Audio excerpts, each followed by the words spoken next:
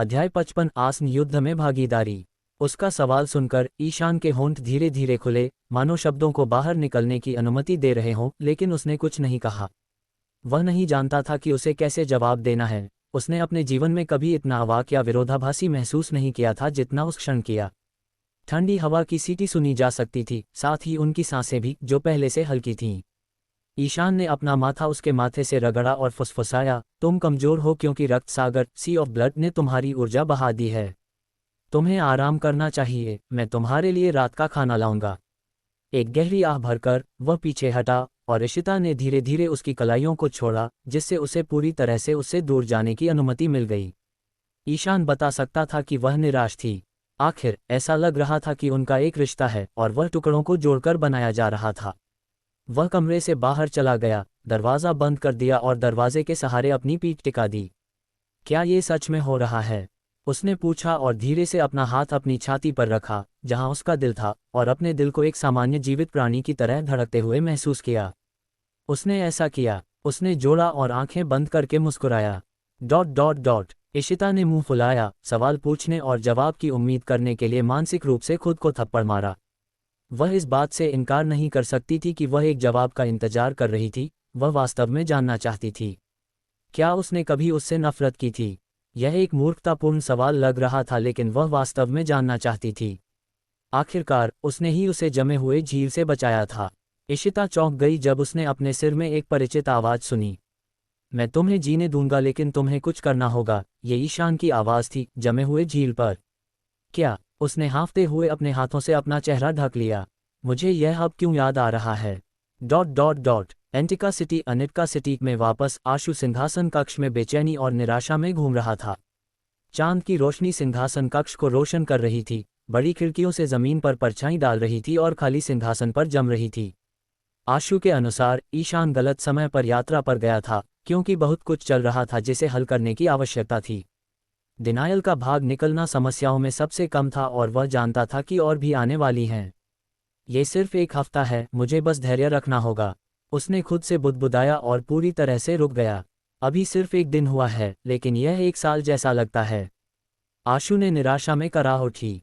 तुम्हें परवाह नहीं है कि वह मर गया है या जीवित? एक शांत पुरुष आवाज़ कमरे में गूंजी। आशु मुड़ा और देखा कि प्रीतम सीधे चेहरे के साथ उसकी ओर आ रहा है। मैंने सुना कि एक कैदी भाग गया, एक जल जादूगर जिसे ईशान ने खुद कैद किया था। तुम्हें महल के मामले में शामिल नहीं होना चाहिए। आशु ने बड़बड़ाया। ऐसा नहीं हो सकता, मैं महल में हूँ आखिरकार। प्रीतम ने धीरे से कहा। अरमान के पास लौट जाओ। ईशान किसी भी सरदार लॉर्ड्स के बारे में चिंतित नहीं है। अरमान के ड्रैगन लॉर्ड के प्रति आशु की नापसंदगी स्पष्ट थी। प्रीतम मुस्कुराया और सिर हिलाया। मैंने कभी किसी कैदी के महल की कालकोठरी डंजन से भागने के बारे में नहीं सुना। ऐसा कभी नहीं हुआ, तो इस जादूगर में इतना खास क्या है? उसने पूछा। उसकी मुस्कान कांप रही थी। आशु ने प्रीतम पर आंखें सिकुड़ी। तुम पहले से ही बहुत कुछ जानते लगते हो, और हाँ, ऐसा पहले कभी नहीं हुआ है। उसके भागने का केवल एक ही जवाब है। उसने सोचते हुए अपनी ठोड़ी रगड़ते हुए कहा। महल में किसी ने महामहिम के करीब उसे भागने में सहायता की। प्रीतम ने विचार किया और आशु ने सिर हिलाया। प्रीतम ने उस दानव पर अपनी निगाहें टिका दी, जो विचारों में खोया हुआ लग रहा था। क्या हो रहा है? मुझे यकीन है कि वह जादूगर के बारे में चिंतित नहीं है, प्रीतम ने अपने विचारों से पूछा। क्या तुम ठीक हो? प्रीतम को पूछने के लिए मजबूर होना पड़ा। क्या तुमने नहीं सुना? आशु ने धीरे से सवाल किया। प्रीतम ने सिर हिलाया। फेरारिया फायरिया और सेलेस्टिया के बीच बढ़ता हुआ युद्ध। उसने समझाया। हाँ, और वे जल्द ही ईशान को अपने पागलपन में शामिल कर लेंगे। आशु ने चिंतित होकर कहा। राजा रॉबिन, राजकुमारी एक मजबूत योद्धा है, वह सब कुछ संभाल लेगी। आशु ने टोकते हुए सिर हिलाया। मुझे उम्मीद है, प्रीतम ने पूछा। उसकी आंखें आशु पर सिकुड़ी हुई थीं। तुम इतने चिंतित क्यों हो? क्या इसलिए कि शाही शुद्ध रक्त वाले लाइकेंस, प्योर ब्लडेड लाइकेंस, इतने शक्तिशाली होते हैं? नोविकोव्स आखिरकार पागल और क्रूर हैं। नोविकोव्स सेलेस्टिया का शाही परिवार था।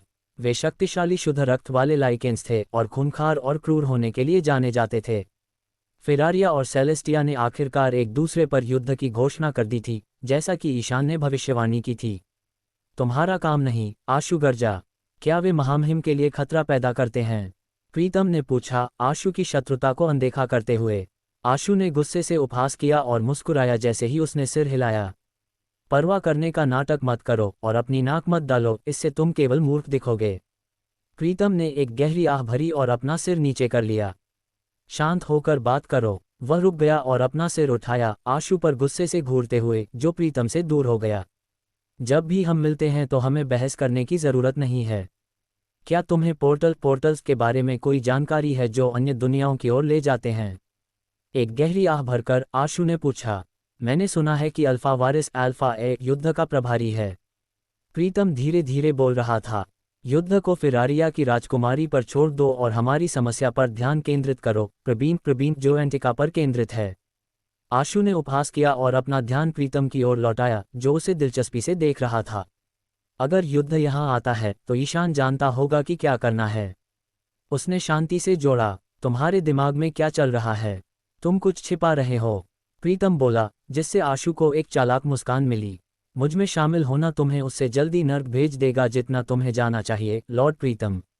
आशु ने कहा जैसे ही वह प्रीतम के पास पहुंचा, जो सीधा चेहरा बनाए हुए था। मुझसे दूर रहो और ये दिखावा मत करो कि तुम्हें महामहिम की परवाह है, क्योंकि तुम नहीं करते। आशु कमरे से बाहर चला गया, प्रीतम को पार करते हुए, फुसफुसाते हुए। प्रीतम ने अपनी मुट्ठियां भींची, गहरी सांस ली और आंखें बंद कर लीं। क्योंकि मैं नहीं करता, मुझे वास्तव में उसकी परवाह है। बहुत। उसने खुद से बुदबुदाया और गहरी आह भरी। इशिता। अध्याय 56। मेरे साथ स्नान करो। आशु गुस्से में सिंहासन कक्ष से बाहर निकल आया। प्रीतम ने सचमुच उसे गुस्सा दिला दिया था। वह बहुत ज्यादा ताक झांक करने वाला था। वह अपने कमरे की सीढ़ियों की ओर जाने वाले गलियारे में पहुंचा और मीरा से टकरा गया, जो चोट लगे गाल के साथ विपरीत दिशा में चल रही थी। वह कमजोर लग रही थी और उसकी आंखों के नीचे काले घेरे थे, जिससे वह पागल और अत्यधिक बीमार लग रही थी।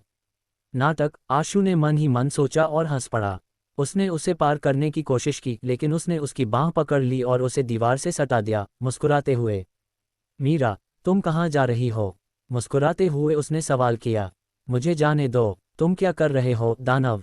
मीरा ने संघर्ष किया, अपने दांतों से गुर्राते हुए। तुम्हारी माँ ने तुम्हें अच्छे से संभाला, मीरा। उसने उसके चोट लगे गाल का मजाक उड़ाया। वह ठीक हो जाएगा और तुम्हें खुद मुझे संभालना चाहिए था, क्योंकि तुम मुझ पर हमला करने का कोई मौका नहीं छोड़ते।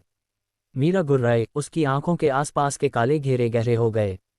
सच है, लेकिन तुम्हारी माँ द्वारा किए गए उस तरह का संभालना नहीं, मीरा। आशु ने मजाक उड़ाया, उसकी गर्दन छोड़ दी। एक पूरी तरह से अलग प्रकार का संभालना। मीरा ने उसे दूर धकेल दिया। मुझसे दूर रहो। तुम्हें लगता है कि तुम मुझसे ये सब कह सकते हो और फिर भी मुझसे बात कर सकते हो? मीरा ने उस पर दहाड़ लगाए। मुझे अपनी कही बातों पर कोई पछतावा नहीं है। आशु ने उपहास किया। मैंने जो कुछ भी कहा वह सही है। फिर वह मुड़ गया। तुम नहीं। तुम बहुत अभिमानी हो, केवल महामहिम के बारे में सोचते हो और दूसरों के बारे में नहीं। वह गुस्से में चिल्लाए। अब तुम बकवास कर रही हो। आशु को यकीन था कि मीरा को किसी और चीज की परेशानी है। जब से ईशान ने इशिता से शादी की है, तब से वह अजीब व्यवहार कर रही थी, लेकिन उसके बाद से उसका व्यवहार हर दिन बिगड़ता जा रहा था। आखिरकार ईशान के प्रति उसका अस्वस्थ जुनून किसी को भी पागल करने में सक्षम था। क्या मैं सच में बकवास कर रही हूँ? मीरा चिल्लाए और उस पर उंगली उठाए। तुम हो जो बकवास कर रहा है।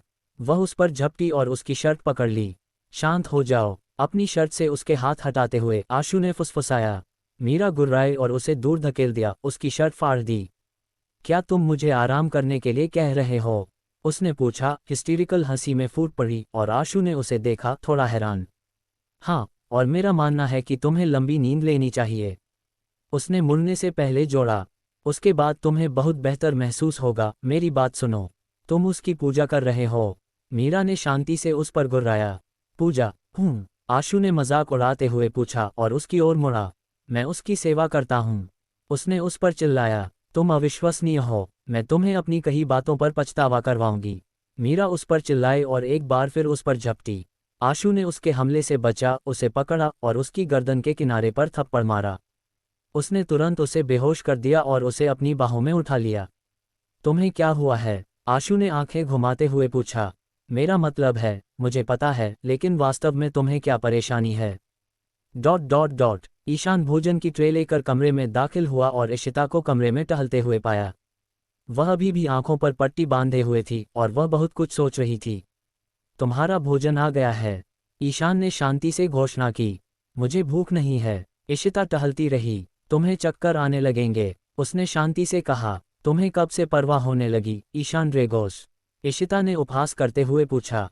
अब से। जब उसने अपनी आवाज़ ऊंची की तो इशिता टहलना बंद कर दिया। भले ही उसकी आंखों पर पट्टी बंधी थी, वह उसकी उन पन्ना आंखों में गुस्सा देख सकता था। वह जोर से हंसा। अपना रात का खाना खाओ। नहीं, मैं देखना चाहती हूँ। ये पट्टी हटाओ। इशिता गुस्से में चिल्लाए। अगर तुम चिल्लाती और शिकायत करती रहोगी तो तुम बाकी यात्रा के लिए देख नहीं पाओगी।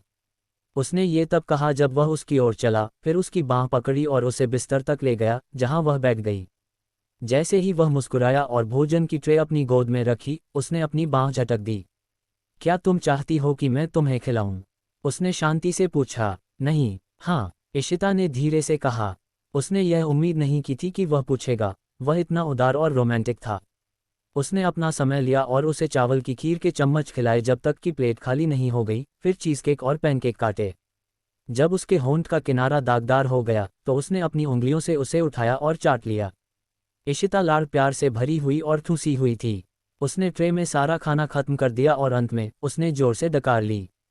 वह चौंक गई, अपने हाथ से अपना मुंह बंद कर लिया और घबराकर माफ़ी मांगी। माफ़ करना, माफ़ करना, ईशान ने सिर हिलाते हुए कहा। ठीक है। वह खड़ा हुआ और ट्रे को निकटतम मेज पर रख दिया। मुझे खुशी है कि तुम संतुष्ट हो, मेरी प्यारी तोता। रसोइये को मेरा सादर प्रणाम। शानदार, स्वादिष्ट। इशिता हंसी। लेकिन मुझे लगा तुमने कहा था कि हम अकेले हैं। उसने सोचा कि उसके लिए इतना स्वादिष्ट प्यार भरा रात का खाना किसने तैयार किया था। और मुझे और चीज़केक चाहिए। वह हंसी और मुंह फुलाया। सादर प्रणाम ले लिया गया। हम अकेले हैं और तुम्हें कल नाश्ते में और मिलेगा। ईशान के अप्रत्याशित रूप से जवाब देने पर इशिता चौंक गई। क्या? उसने कांपते हुए कहा। क्या तुम्हें आश्चर्य हुआ? ईशान हंसा और उसके बगल की सीट पर बैठ गया। क्यों नहीं होना चाहिए? वह चिल्लाए और एक गहरी सांस ली। ईशान हंसा और उसके गुस्से के जवाब में उसकी ठोड़ी पकड़ ली। तुम्हें नहीं होना चाहिए, मैं पूरी यात्रा तुम्हारे लिए खाना बनाऊंगा। उसने कुछ शांत करने वाला फुसफुसाया। इशिता के रोंगटे खड़े हो रहे थे। बर्फ का ड्रैगन उसे हमेशा चौंकाता था। चिंता मत करो, मैं भी खाना बना सकती हूँ। वह हकला रही थी क्योंकि वह घबराई हुई थी। ईशान ने अपनी हंसी दबाए। क्या मुझ पर वास्तव में उस पर इस तरह का असर होता है? उसने अपने अंगूठे से उसके निचले होंठ को सहलाते हुए पूछा।